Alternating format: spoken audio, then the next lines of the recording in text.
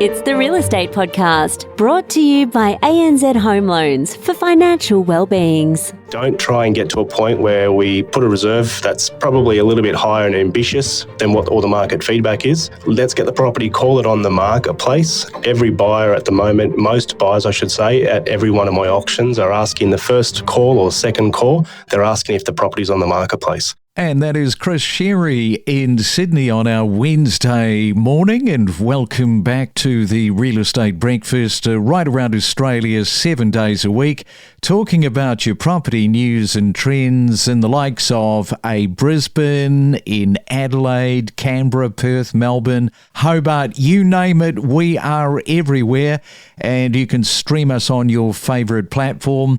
Into the middle of our working week, it is a Wednesday, 23rd of July. Happy birthday to Daniel Radcliffe, Harry Potter fame, turning 36 today. Not that young, is he? Mind you, I'd love to be 36 again. Now, having a look at the Sydney's housing market, it is in a winter freeze with buyers and sellers holding out for the Reserve Bank's next interest rate decision. Yes, we're holding out for that, aren't we, next month? New listings have dropped 13% in June, and total listings are 5% lower than this time last year. That is according to PropTrack. Properties are sitting longer on the market, leaving buyers with stale stock and fewer fresh options. Auction numbers are slightly down, but optimism could be in the air with expected rate cuts and rising home prices set to reignite activity by spring.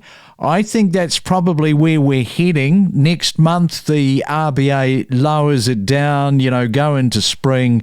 Definitely there is going to be an additional piece of activity in the housing market. Let's go back to Chris Scerri in Sydney, who is an auctioneer, a busy one there. And good morning to you, Chris. Welcome back onto the Real Estate Breakfast. As I mentioned, the 23rd day of July. How is your year going? Is it as busy as everybody else's? Yeah, good morning, and thank you for the invitation to come back. The year is crazy. The year has been crazy. Certainly, we'll touch on a couple of more finer points about the numbers and what they're comparing to last year, but we are already starting to book for spring at the moment. So the year's almost gone in my own perspective, and we're only sitting here in the middle of July. So it's just crazy. It really is. Yeah, no, it's a fast 2025. Now, PropTrack, as I mentioned, they reported this 13% plunge in new listings over June. More older listings on the market. How is that sort of affecting auction strategy and seller pricing, do you think? Look, auction numbers are down a touch from last year, but I think in the grand scheme, you've got to look at the bigger picture, which is the winter months, June, July and August. A lot of the agents do try and take off around this time. We've got tax times, we've got school holidays. For us, we've got to look at the figures from the 3 months rather than just looking at specific dates. But even if we look over the last 6 weeks, we can see the numbers have certainly dropped. But now getting out of that patch, I think our numbers are certainly increasing in our business. As mentioned to you, really starting to book for spring already, which seems a little bit crazy, but everyone wants to get their preferred time slots and preferred auctioneers in place. But older listings, there are certainly a few of those listings that are been on the market, those private treaty, and now being converted over to auction for a strategy based. People know that lower supply means more demand from buyers' perspective. So we are certainly seeing a good amount of buyers out there at the moment that are wanting to purchase and snap it up before there's a lot more stock coming through and interest rates cut. It's a really relevant point because you don't want to leave it last minute. If you're thinking about listing your property, you don't want to sort of hit the spring and then start doing your booking and then find that you're being pushed out because people have jumped in ahead of you. Start talking to your agents right now. If you know of some auctioneers that you want to engage in, do it. Don't wait until the last minute. This must be something that's extremely frustrating, I would imagine, for an auctioneer and real estate agents alike, particularly at this time of the winter cycle. Not so much frustrating, but it's about supply demand. There's low supply. It's a good time to be doing it. People want to generally wait until it's a better month to sell, warmer month to sell, as they believe that it's always the better time. It's just what everyone in Australia believes is better time to sell is in the warmer months. So for us, knowing that it is all about supply and demand, if I had a property, which we've just recently sold something, we sold in winter, and we know that there's less properties on the market. We've got a better chance to be able to sell. So we actually took our own advice and have done that. And again, for those ones that are wanting to come on, if you're not having those conversations now, preparation of the property to get all the tucked away and painted and styled, and all the preparation needs to be done now. So you are in front of the other properties that are going to be hitting the market at a later point. Are you seeing more additional conditions on auction contracts as spring approaches? What's happening with that piece? That's an interesting question. We are seeing a lot more prospective purchasers put a lot more conditions, or try to put a lot more conditions into the contracts, mainly from our developers. I had a property on the weekend. We had 10 buyers registered at one of our auctions in Ermington. But prior to the lead up, the owner was just getting hammered with the amount of changes requested, not just your standard 5% deposits from 6 weeks to a 10-week settlement. We had developers wanting to do a 12-month settlement. They wanted to change prospective clauses within there that just weren't satisfying us as auctioneer agents, vendors, trying to have a meeting and get himself in the best position. So we had to refuse quite a few. However, we are seeing the buyers ask those questions, and it's just about being prepared and getting as many prospective buyers to agree to get their terms agreed to make sure we have a healthy competition. And that's resulting in really good outcomes. So again, on that property, we had 10 registered buyers. Buyers were requesting 12-month settlement, 6-month settlement. We just said, no, it's got to be 3 months maximum. But at the end of the day, I said we had 10 registered, and they sold well over expectations on Saturday.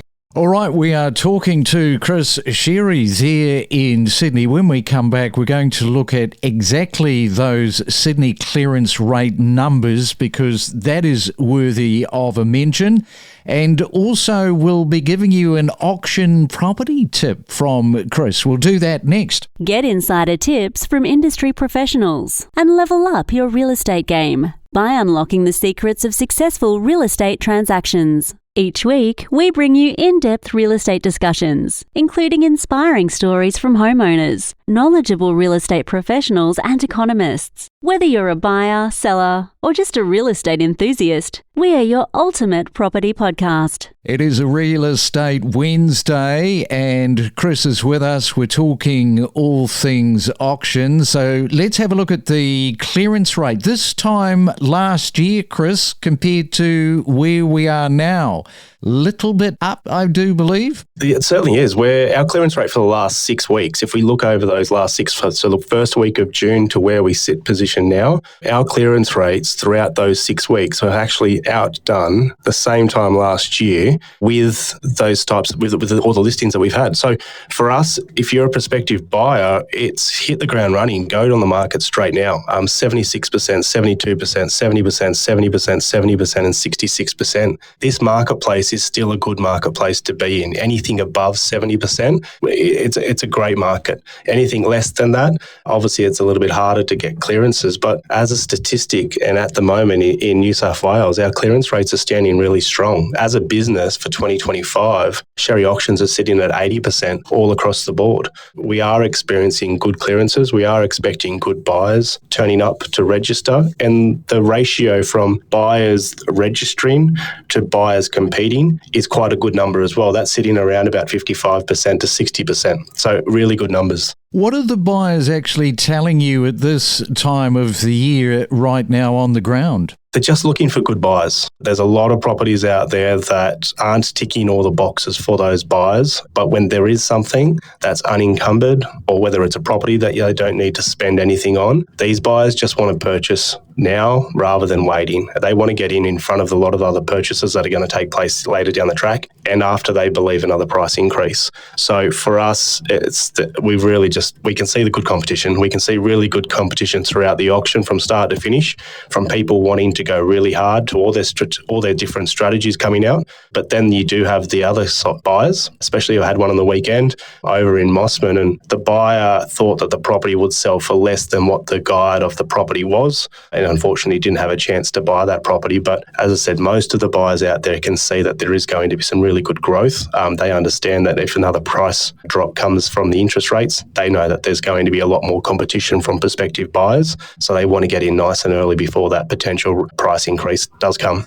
Now, we're on a Wednesday morning, so people are starting to think about the auctions coming up this weekend. If that is you, if you're either buying or selling, how about an auction property tip for people this morning to maybe think about heading into this coming weekend? Yeah, perfect. Let's do two. So first one is for a prospective vendor. So you're selling your property this Saturday. A lot of clients, every client that we take on board, as we treat them as our own. We really do treat them like that. And that's the way you've got to be thinking. So I always say to my clients is don't try and get to a point where we put a reserve that's probably a little bit higher and ambitious than what all the market feedback is. Let's get the property, call it on the marketplace. Every buyer at the moment, most buyers I should say, at every one of my auctions are asking the first call or second call. They're asking if the property's on the marketplace. Get that property on the market, which means just call it on the market. Let's say it's going to be sold if there is no better price. And that is the way to be able to get not only the right price, but to be able to get a better than expected result, because buyers want to know that the property's on the marketplace before they pay that extra money.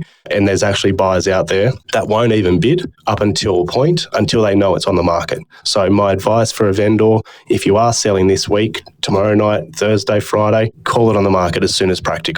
That's the best way. Make them compete to be able to get a better than expected price. Okay, and you've got one for buyers. Yeah, prospective purchasers, if you're looking at buying two things, I think I might have mentioned this one before, but one leads to the other. The first one is to use odd numbers. Don't go up in the increments that the other buyers are going up. Don't go up in what the auctioneer wants you to go up in. Go up in an increment that's going to be different. Instead of it being 25s, maybe throw it $18,000 out there or $38,000 for two reasons. Firstly, it throws off the other potential buyers because they don't know where it's up to. But secondly to that, if the auctioneer is not switched on, then you're going to slow the auction down because the auctioneer is going to have to work out what the actual bid is adding up to. That's the 2 points. And also, secondly to that, bid hard, bid strong. You just don't know where everyone else's budget is, and you've got to make sure that you put the other buyers off by thinking that you are not going to stop no matter what. Even if it is your last bid, bid with confidence. Don't stop until you get to that final figure. Have you had, since we last spoke to you, have you had anything sort of weird or strange that has happened in 2025 at an auction that you can share with us? Yeah, funny you asked. 2 weeks ago, one of my auctioneers was calling an auction. The gentleman had purchased it, paid a little bit above the reserve price, not too much, but a little bit above, just shy of $50,000, and then said to us that he doesn't want to buy the property anymore because his wife hasn't seen the home. That was an interesting one. So we sort of let the dust settle for a few moments, gave the buyer the opportunity and ran him through what his two options were. And then only about 10, 15 minutes later, he ended up signing the contracts and purchasing the property with a big smile on his face. So that was quite unusual. But then secondly to that, we are seeing actually a few buyers retract bids on the auction floor, which is quite interesting. Sometimes vendors are maybe taking a little bit long to make a decision, but then retracting bids on the auction floor, they're certainly asking the question because they may feel that they're overpaying for a property. Wow, yeah, that's something that you don't really hear too much about. All right, then we'll wrap it up there, Chris. Good luck with your auction market coming up at the weekend, and have yourself a great Wednesday. Thanks for coming on to the Real Estate Breakfast. Absolute pleasure. Thanks again for having me back. Talk soon. Listen to in-depth discussions with industry leaders on investing options, understanding different suburbs with insider perspectives and exclusive tips. Justin works in the airline industry where 3 years ago he met Scerri, an Australian flight attendant. You would like to, you say, buy an apartment in Sydney, hopefully close to the water, into the hot market of Sydney. Look, I wish Justin all the best. I think sounds like from those circumstances. Probably the best thing they have going for them here is that they've been earning US dollars and can bring some of that extra power over to Australia, where obviously the dollar is quite a bit weaker. You look at the exchange rate with the American greenback, and because people can work from home, people can actually outsource their services anywhere around the world, and that is a real buffer. At the moment, and over the last couple of years, it definitely would have worked in your favour. It's not necessarily always going to be the case.